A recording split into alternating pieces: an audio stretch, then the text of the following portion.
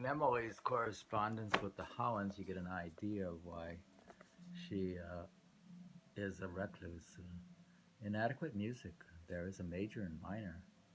Should there not also be a private? Inadequate music. There is major and a minor. Should there not also be private? In her childhood, she had exclaimed simply, "I enjoy the solitude finely." Now to Mrs. Holland she felt compelled to give her preference or her composure a rationale. Privacy is as essential to her as the minor key is to music. Hmm.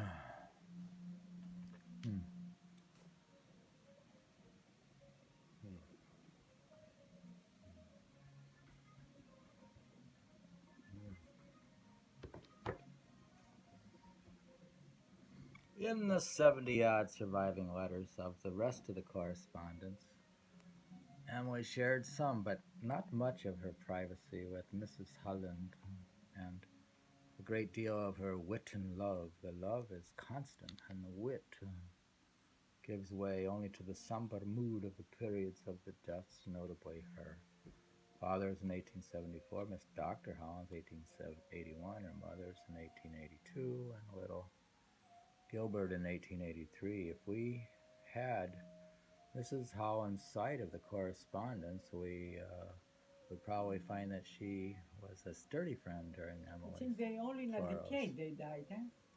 Within the decade of the 80s, even Emily. You didn't live so long back then.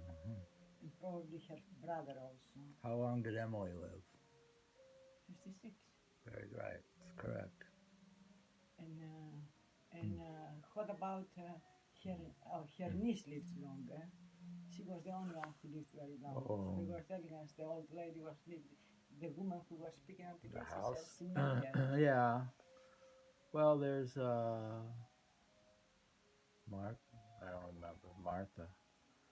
Martha lived, and Mabel lived a long time, but she was young in the beginning. But Emily also helped her What through. about Sue? Sue, yeah. Did she die in the 80s also? Sue's the same age, though.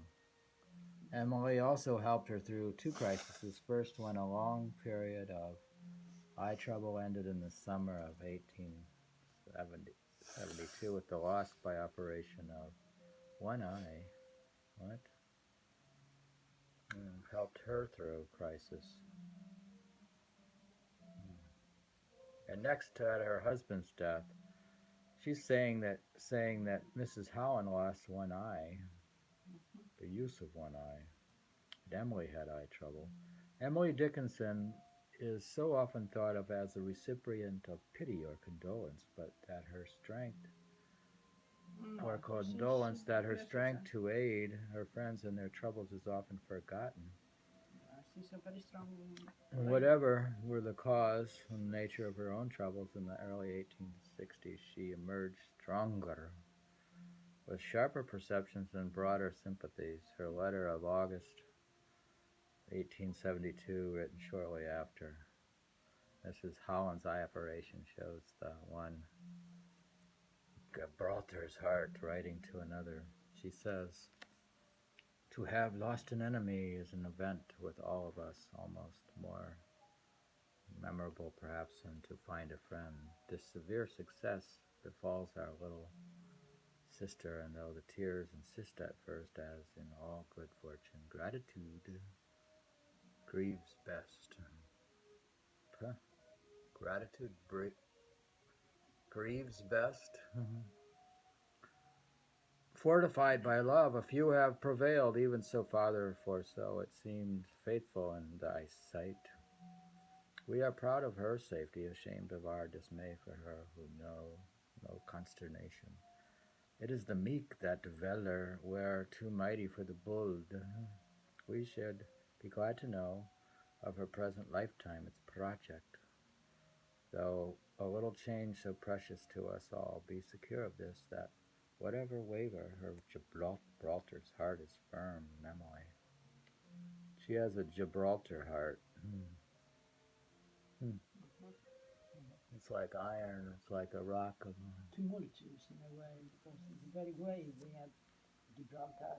Well, it's very wavy and rough seas by Gibraltar.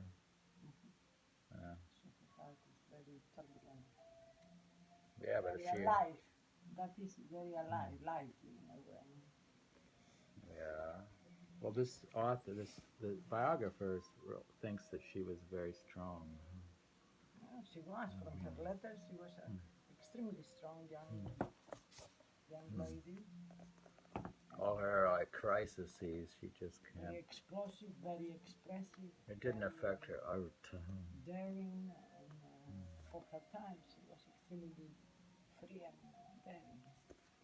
The letters of condolence to Mrs. Holland at the time of the doctor's death in October 81 show the same poetic precision, maintaining the Why do you read on fine. the phone and not on the book? Uh, I'm reading the book through the phone. Why? It's easier on the phone. Easier. Yeah, but it's not easier on the people looking at the video. Who's looking at the video? The whoever wrote back to me. No one wrote back to me. What video? But reader, always precarious balance. Are you videotaping now that? Yeah. Hmm. Hmm. They cannot do the same as you. Just open the page and read it. They don't have the book. They can get it on the phone. This book. You think everything can be gotten by the phone. You believe in the almighty power of the But holy you got it on the phone. iPhone. Didn't you get it on the phone now? But the iPhone is, What are you doing? You photographing now and reading? it's video. Oh my goodness, you video the Dear, book and my you other read, book is saying, it says that there's a thing about the world's sexual existential threat of without threat of big tech, and then he says he says he talks about how uh, rebellion. The paper rebellion is about return to books.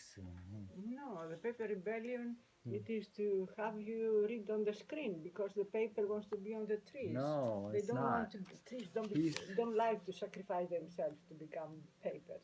he's against technology. He's like Well, he may be, he's but pro bookish. He's a but bookish character. maybe Book because man. he's antiquated. He is not a. But if the trees rebel, what are they going to say? Trees. Just cut us down and make us All paper right. Well, you could have a book. Yeah, but the out books of are. rugs. If the books are maybe. controlled by Amazon, then a book on Kindle's fine. But Yeah, books and Kindle. That will be the solution to the trees. yeah.